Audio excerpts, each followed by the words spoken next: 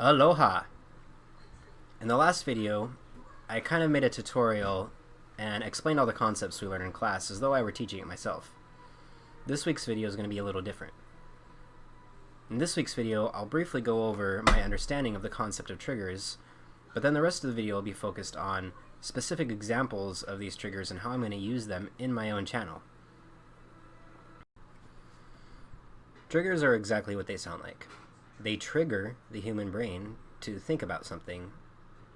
For example, Geico made an ad with a camel, and the camel was asking what day it was. And at the end, the girl said, "It's hump day." The trigger is that hump day is a term used in the work week on Wednesdays because it's like getting over the hump toward the end of the week. Your work week is almost over. Now, because of this video, people are more likely to think about this commercial on Wednesdays because they'll always be reminded of the hump day reference. In fact, the statistics showed that on Wednesdays, searches for this ad went way up. People shared it a lot more, and Geico actually started beating out Allstate on the search engines. Triggers can be quite powerful even if they seem like they're something silly. There are literally thousands of things that could be used as triggers. Triggers is kind of an open-ended concept, but the general idea is to cause people to think about your product or video in real life when they're not actually watching or thinking about it. Triggers go hand in hand with gamification. If you've gamified your YouTube channel or your product and conditioned people to come back frequently for rewards or attention, triggers will increase this effect by reminding people of these rewards during the day when, they should be thinking about other things. Triggers can also cause people to share the video when they trigger them. For example, in the morning, when people are tired and cranky and scrolling their Facebook, they're more likely to share posts about coffee. They're less likely to share these posts at night when they don't care about coffee. In this case, coffee itself is being used as a trigger to cause people to share the post. The target audience for my channel will be mostly game designers, but also game players or anyone who's creative, who likes creating stories, writing books, drawing pictures, architecture, anything like that. Typically, art can be used as an escape from the real world. This is also one of the common uses of video games. The reason people get absorbed in video game worlds is because it takes them out of their normal, dull, boring world. This is even stronger for people who like creative video games or game design because they're dissatisfied with the real world and they like to create their own world. I would like to draw upon this compulsion to use a trigger in relation to this for my video series. The trigger I'm going to use will be images of nature, but specifically images of nature viewed through a window from a dull, boring room or office. This imagery will be to promote my channel and post it on Twitter in the mornings.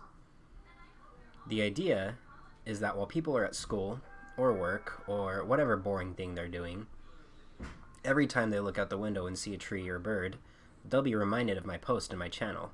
They'll be reminded of the video game worlds that they could escape to. This will not only keep it fresh in their mind, but also build anticipation for the end of the week when the video is published. Images of nature are an extremely powerful psychological trigger. Loads of game trailers and advertisements put a lot of emphasis on the imagery of the open world and the foliage and the plants. And if you go into the Unreal Marketplace and look at what sort of assets people are selling and buying, of course the naturey stuff is at the top of the list. People just love nature, and specifically the color green. Taking from the article we read about the 15 psychological triggers, I decided I can make people feel like part of a community and make them feel like they're significant. This kind of ties into what I talked about in the last video and in my mini project 1. Essentially, By doing a Twitch stream every month or maybe every 2 weeks where it's live and I allow people to give their input into the level designs, it creates that sense of significance and community. These people will feel like they had a hand in creating the world. In my daily Twitter posts, or, hopefully daily, I can give shoutouts to these people who helped create the world. This not only makes those people feel like they're more significant, but when other people see these posts, they'll think, wow, I should be a part of this. Of course, the last 2 triggers that I talked about will lead into another psychological trigger that the article talked about, which is anticipation. Anticipation is part of the reward response. It's far less rewarding if you just get it right away. All that buildup, all that hype, it's really important. If I space out my live streams a little more, it has the added effect of making them easier to keep up with, but also increases that anticipation. All month long, people are seeing these posts and seeing these level design time lapses, and they're thinking, oh yeah, I have all these ideas I want to share. I can't wait for that video next Friday. I'm going to tell them everything. I'd also like to play on the us versus them mentality. One of the triggers the article talked about was to create an enemy. This works really well because people love to hate, and as the article mentioned, pain is much stronger than pleasure. The last few years have been really bad for the AAA game industry. I'm not just talking about game sales in the market, but the general outlook has been really bad because of this trend of the AAA game makers to design games in such a way where they get you addicted and they get you to spend money and they want to make as much money as possible. They don't really care about making an innovative experience. The classic example, which is now boiled down to a meme all over Facebook, is comparing the games to burgers. Imagine buying a burger but having to pay extra for the lettuce and the tomatoes and the onions and the cheese and the ketchup and the mustard. This is pretty much how AAA games work nowadays.